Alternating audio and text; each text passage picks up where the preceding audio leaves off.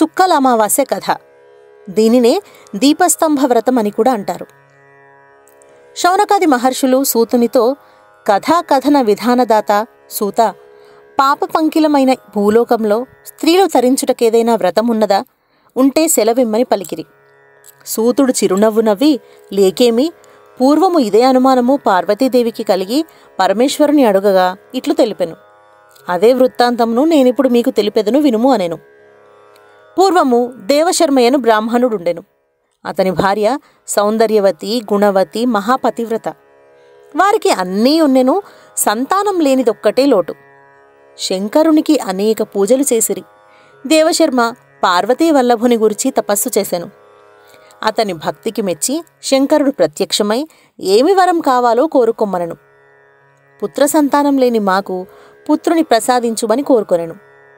శివుడు వారి కోరిక మన్నించి, బుద్ధిమంతుడు అల్పాయుష్కుడైన కుమారుడు కావలెనా, లేక బుద్ధిహీనుడు దీర్ఘాయుష్కుడు కావలెనా అని ప్రశ్నించెను. వారు బుద్ధిమంతుడే కావాలని కోరగా శివుడు తథాస్తు అనెను. కొంతకాలానికి దేవశర్మ భార్య గర్భం ధరించి 10వ మాసమున పండంటి కొడుకును కన్నది. వానికి సుశర్మ అని పేరు పెట్టుకొని అల్లారు ముద్దుగా పెంచసాగిరి. శుక్లపక్ష చంద్రుని వలె దినదిన ప్రవర్ధమానుడగు కుమారుని చూచి తల్లి సంతోషిస్తూనే తనలో తాను దుఃఖించుచుండెను. దేవశర్మ కుమారునికి ఉపనయనం చేసెను. సుశర్మ అల్పాయుష్కుడని తెలిసి ఎవ్వరూ పిల్లనివ్వలేదు. దేవశర్మ దంపతులు మిగుల చింతించి ఒక బీదపిల్ల తల్లిదండ్రులకు కొంత ధనమిచ్చి కుమారునికి పెండ్లి చేసిరి. పెండ్లి తర్వాత భర్త జన్మరహస్యం తెలిసిన ఆ పిల్ల ప్రతిదినం గౌరీ పూజ భక్తితో చేసేది. కొంతకాలానికి సుశర్మ అకాల మరణం పొందెను. దాంతో తల్లిదండ్రులు అతని భార్య శవం మీద పడి పడి ఏడ్చిరి. పార్వతీదేవి భక్తురాలు కనుక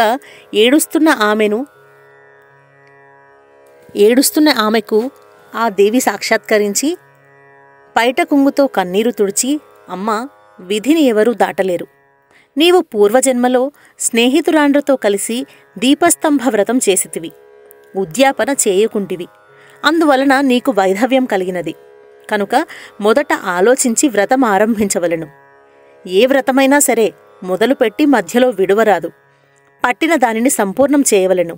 లేకున్నా ఇట్టి దుఃఖములే కలుగును. పగటిపూట భోజనం చేయరాదు. వ్రతం సగం చేయరాదు. నీవు వ్రతం చేసి ఉద్యాపన చేసినచో నీ భర్త తిరిగి జీవించగలడు అనెను. ఆ మాట వినగానే సుశర్మ భార్య లేచి నిలబడి తలంటు స్నానం ఆచరించి నియమనిష్టలతో భయభక్తులతో దీపస్తంభ వ్రతం పూర్తి చేసి ఆ పుణ్యం గౌరికి ధారపోసెను. అంతలోనే చనిపోయిన ఆమె భర్త లేచి కూర్చున్నాడు. తల్లిదండ్రులు భార్య సంతోషించిరి. ఇరుగు పొరుగు బంధుమిత్రులు మిక్కిలి ఆశ్చర్యపడిరి. సుశర్మ భార్యను అందరూ వ్రత విధానం ఉద్యాపన తెలుపమని అడిగిరి. ఆమె వారితో, ఓ పుణ్యస్త్రీలారా, ఆషాఢ బహుళ అమావాస్య నాడు సాయంకాలమందు దీపస్తంభ వ్రతం నోముకోవలెను. ఈ వ్రతం 5 సంవత్సరములు చేయవలెను. మొదటి సంవత్సరం 100 సున్నపు చుక్కలు దీపస్తంభానికి గాని గుంజకు గాని పెట్టి 100 పోగుల పసుపు దారాలు మెడలో వేసుకోవాలి. పచ్చిపిండితో చుక్కలవల చేసి నైవేద్యం పెట్టవలెను. ఈ విధంగా 2వ సంవత్సరం 200 సున్నపు చుక్కలు, 200 పోగులు, 200 పచ్చిపిండి చుక్కలు, 3వ సంవత్సరం 300 సున్నపు చుక్కలు, 300 పోగులు, 300 పచ్చిపిండి నైవేద్యం, 4వ సంవత్సరం 400 సున్నపు చుక్కలు, 400 పోగులు దారం, 400 పచ్చిపిండి చుక్కలు, 5వ సంవత్సరం 500 పోగుల దారం, 500 పచ్చిపిండి చుక్కలు నైవేద్యం పెట్టవలెను. మొదటి సంవత్సరము చివరి సంవత్సరము దంపతులకు పూజ చేసి భోజన తాంబూలము నీయవలెను. మిగతా సంవత్సరంలో సుహాసినికి తాంబూలం ఇయ్యవలెను.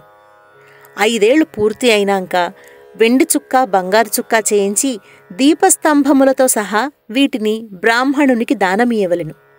ఈ విధంగా ఎవరైతే వ్రతం చేయుదరో వారు సంతాన సౌభాగ్యాలతో సుఖంగా జీవించి అంత్యకాలాన కైలాసం చేరగలని తెలిపెను.